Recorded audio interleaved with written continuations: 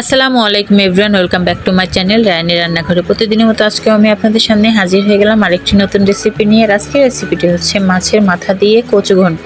আর এই ঘন্ট দিয়ে ভাত শুধু খাবেন না, চেটে পুটে খাবেন। তো কথা না বলে রেসিপি শুরু করি। আজকে আমার শ্বশুর বাজার থেকে বড় সাইজের একটি কচু এনেছে, আর এই কচু এনে দিয়ে আমাকে বলছে মাছের মাথা দিয়ে ঘন্ট করতে। যে কথা সেই কাজ, চলে এসেছি রেসিপি শুরু করার জন্য। যতই হোক শ্বশুর মশাই আবদার করেছে কচু দিয়ে মাছের মাথার ঘন্ট খাবে। আমি রেসিপি শুরু করার আগে প্রথমে আমি এই কচুর ডাইগোগুলোকে সুন্দর করে এভাবে ছোট ছোট পিস করে কেটে নিয়েছি। আর এই ডাইগো দিয়েই কিন্তু আজকে আমার রেসিপি হবে। আমরা কিন্তু এগুলোকে ডাইগোই বলি, আপনারা আবার বলতে পারেন ডাইগো কি, অনেকে কিন্তু এগুলোকে ডাটা বলে, আমরা ডাইগোই বলি। এখানে আমি কচুগুলোকে সুন্দর করে গোল গোল করে সাইজ করে কেটে রেখেছি। এগুলো দিয়েও রেসিপি হবে। এই কচুগুলো দিয়ে চিংড়ি মাছ দিয়ে নারকেলের দুধ দিয়েও আমি রেসিপি করব। যদি এই রেসিপিটা আপনারা দেখতে চান তাহলে অবশ্যই আমাকে কমেন্ট করবেন। পরবর্তী ভিডিও দেখার জন্য বা পাওয়ার জন্য বেশি বেশি করে আমাকে কমেন্ট করবেন। তো কচুগুলো কেটে নিয়েছি। এখানে আমি বড় সাইজের একটি মাছের মাথা নিয়ে নিয়েছি, আর এই মাছের মাথাটা দিয়েই কিন্তু আজকের রেসিপি হবে। তারপর আমি মাছের মাথাটাকে এভাবে আমি ছোট ছোট টুকরো করে কেটে নিয়েছি, আর এইভাবে ছোট ছোট টুকরো করে দিলে কিন্তু বেশি ভালো হয়। তো মাছের মাথাটা আমার কাটা হয়ে গেছে। এবার আমি মাছের মাথাগুলোকে কড়াইতে দিয়ে দিচ্ছি কাঁচামরিচ কুচি, পেঁয়াজ কুচি, দিয়ে দিচ্ছি স্বাদ মতো লবণ। এবার কেটে রাখা কচুর ডাগগুলোকে আমি সুন্দর করে দিয়ে দিলাম, উপর দিয়ে ছিটিয়ে দিলাম হালকা একটু লবণ দিয়ে, একটা ঢাকনা দিয়ে চেপে আমি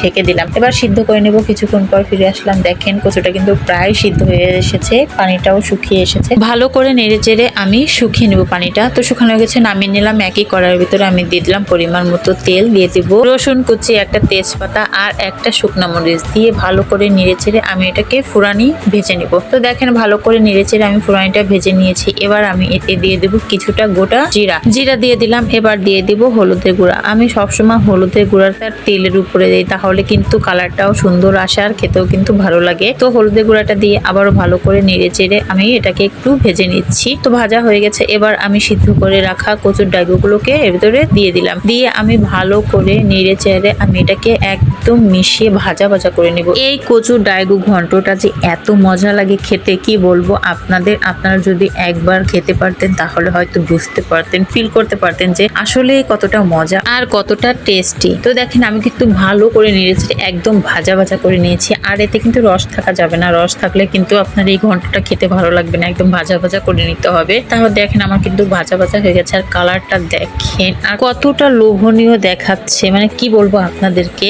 তো দেখেন এই তো তৈরি হয়ে গেছে আমার গরম গরম মাছের মাথা দিয়ে কচু ঘন্টর রেসিপি। তো রেসিপিটি কেমন লাগলো অবশ্যই কমেন্টে জানাবেন। ভিডিওটি ভালো লাগলে লাইক কমেন্ট শেয়ার করে দিবেন, আর আমার ইউটিউব চ্যানেলটিকে সাবস্ক্রাইব করে পাশে থাকা বেল আইকনটিতে ক্লিক করে রাখবেন পরবর্তী ভিডিও নোটিফিকেশন পাওয়ার জন্য। অথবা যারা ফেসবুক পেজ থেকে দেখছেন পেজটিকে একটি লাইক অথবা ফলো দিয়ে রাখবেন। তো আজকের মতো ভিডিওটি এখানে শেষ করছি। আল্লাহ হাফেজ।